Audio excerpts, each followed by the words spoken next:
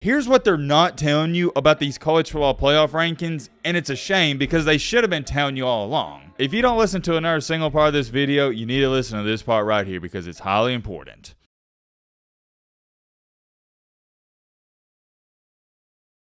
Ladies and gentlemen, boys and girls, happy Monday. Hope you all have a fantastic start to your week. If not, hope this video can make it a little bit better. This video is going to be really interesting because within the past, I'd say 24-48 hours, I've come to notice a lot of people out here, a lot of these big-time college football fans, they don't understand how the college football playoff works. And I know what everybody's sitting there saying. Matt, what are you talking about? It's simple. The top 4 teams get in and they play for a championship. I get that. I'm not talking about the format of the 14 playoff. I'm talking about the rankings part. You see, my friend, there's a certain aspect to these rankings a lot of people aren't too familiar with, and I think a lot of people are going to be shocked on Tuesday when they come out. And I'm not blaming the college football fans, I just think it's a big misunderstanding, and we're going to talk all about that, trust me. But in today's video as well, we have not one but 2 other topics, including Auburn football and what's going on with them leading up into the Iron Bowl. It seems like Auburn fans aren't too happy, and matter of fact, they've reached the point where they don't even want to be Auburn fans anymore. They're going for Alabama. Yes, that's right. You heard me correctly. When I show you this, it's probably going to blow your mind. I don't know if I've ever seen anything like this. Per usual, we got a lot to talk about. It's late November. College football is heating up. The drama, the antics, everything. It's rival week. Lock in. Get you some popcorn. Get you a snack. If you're new to the channel, consider subscribing. We'd love to have you here. All right, Matt, blah, blah, shut the crap up. Now, without further ado, let's get in. We haven't taken a look at the comment section in a while, so on the recent video, let's read off one of the top comments. Why not? Washington student fan here. I was completely panicking in the second half, but if the defense keeps it up and it doesn't rain too hard next week so our receivers can catch the ball, I think we have a good chance at the playoffs. Hashtag Matt B. All right, bruh. Yep, you know what? You can thank Ugly Apprentice here. This is the first and last comment we're reading off. I ain't gonna hold you. I don't know what this hashtag means. I don't know what it's intended to mean. And I don't want to know. And with that being said, we're getting on with the first topic because I don't even want to look at some of these other hashtags. First things first, the big, and I guess you'd say breaking news came out yesterday that guess what?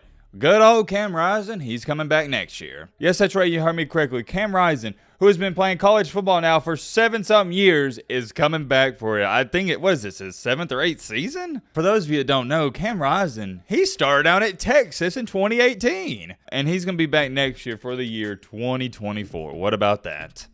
Somebody in the comments, he's going to be 25 playing against 18-year-olds. Get a job, old man. Good for him, I guess. I hate we didn't get to see him play this year, but it is what it is. Can't do anything about it. And it seems like at this point, I'm just starting to get used to seeing 25-year-old quarterbacks everywhere you look. And I see a lot of people complaining about it. Like, for example, Tennessee in back-to-back years. Joe Milton and Hendon Hooker, they're both, 24? Stetson DoorDash Bennett last year was 24. And then it's everywhere, man. Everywhere you look, there's these 24, 25-year-old quarterbacks. And a lot of people complain about it, and I don't see why because it's as simple as this. And I'll tell you this, and hopefully it changes your perspective on all of this.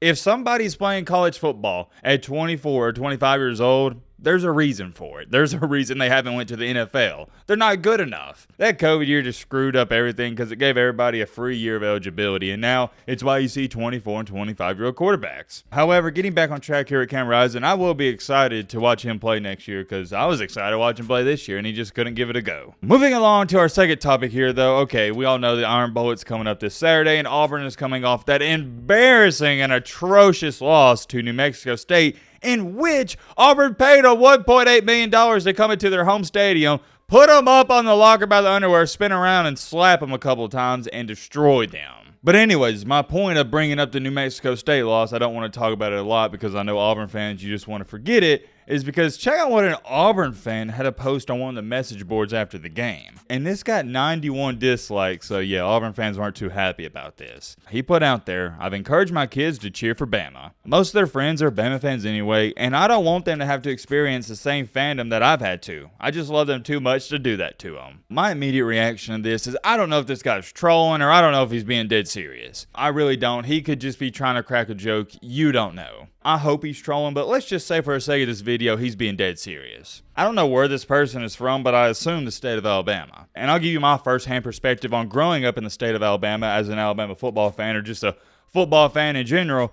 you know all your buddies you go to elementary school with and middle school with, you know, okay, he goes for Tennessee, he goes for Bama, he goes for Auburn, he goes for Georgia, and so on, so on. But pretty much where I grew up, it was mostly Bama and Auburn, and you had a couple Tennessee fans. I'm trying to put myself in this person's shoes. I couldn't even imagine for a split second if I was in, you know, 5th, 6th grade and one of my buddies comes to school. He's been an Auburn fan his entire life and he's wearing Alabama gear. I'd be beyond shocked and I couldn't take him serious. It would just be weird to see an Auburn fan actually going for Alabama where they've spent some of their life going for Auburn and then they're like, no, you know what? I'm going for Bama. That whole concept is weird to me, and just like this comment says right here, there's down bad and then there's this. Growing up in the state of Alabama, this isn't even something you consider. It doesn't matter how bad your football team is or how bad whatever sports team you go for, you never switch fan bases. That's unheard of. That's not even the bottom of the barrel. It's not even in the barrel. I'll give it to you like this and we got to get a move on. For those of you who don't know, I'm also a very big college basketball fan. We don't talk about it a lot on the channel, but we do here and there, especially in February and March Madness. And also give you some more context, I'm an Alabama baseball fan, basketball, I'm Alabama everything. And to sit up here and tell you that Alabama was awful at basketball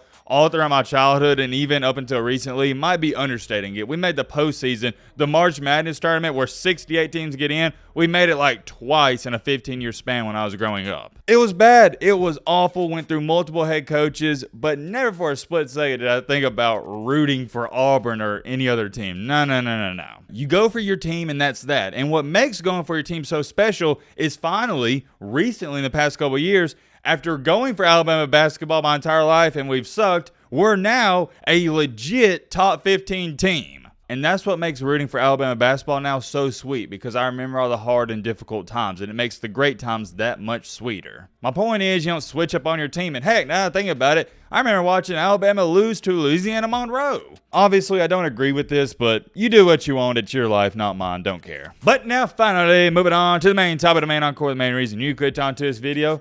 What's going on with the college football playoff, and more importantly, the rankings? Well, my friend, I'm glad you asked, because I'm going to enlighten you a little bit. I'll show it to you right here, give you a quick refresher. Here's your current CFP rankings. Number 1, Georgia. 2, Little Bro State. 3, Michigan. 4, Seminoles. 5, Washington. 6, Oregon. 7, Texas. And number 8, Alabama, and everything after that doesn't matter because they're not getting in. Louisville does have a shot in the dark because if they run the table and beat Florida State, they'll at least be mentioned for it. But even at that, if Louisville runs the table and Alabama runs the table, Alabama's going to get in over Louisville. And heck, man, as to where it stands right now, I'd put in the loser of the Big Ten over Louisville, but different conversation for a different day. What we're here to talk about is the big-time injury to, you know, Jordan Travis. I've already sat up here and talked about it. Prayers and thoughts gone to him and his family. Not going to divulge and all that. He got hurt. We're moving on. We got to talk about what's next. And like most people that cover this stuff, like Brett McMurphy and all these other people you follow on Twitter and Instagram, they've put out their top 10 rankings. And everybody and their mama has dropped the Seminoles to like 7 or 8. And I'll give you a little teaser. If you are extremely curious, you can go check out my rankings on Twitter. I'll talk about them later, either tomorrow or the day after. I've also dropped Florida State mightily. I'm not going to explain why in this video. I'll explain it, like I said, in a day or two.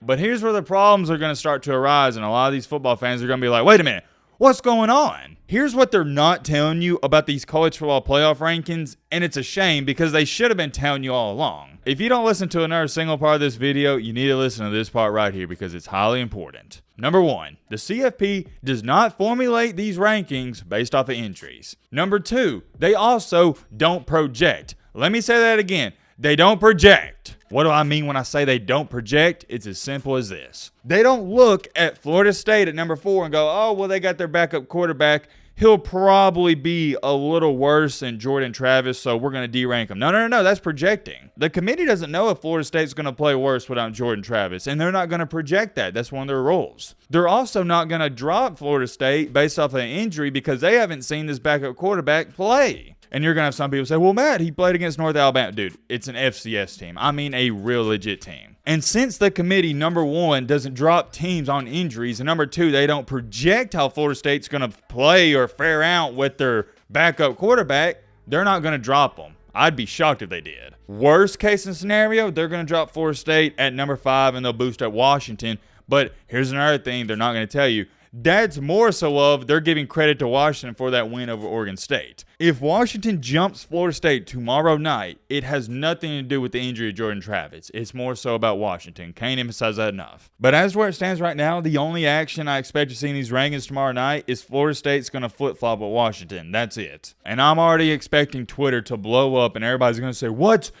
How is Florida State at number 5 with their backup quarterback? You know everybody and their mom is going to say it. You're going to have Oregon fans saying it, Texas fans, and Alabama fans. Oregon, Texas, and Alabama, all of those fan bases are going to say, oh, well, we'd beat Florida State tomorrow. They got their backup quarterback. In which, yes, I agree. I think Oregon, Texas, and Alabama would beat Florida State if they played this weekend. But yet again, I can't harp on this enough. The committee doesn't project. Now, here's where things could get really interesting, though. Florida State, when they play Florida this Saturday, let's say they win the game 28-21.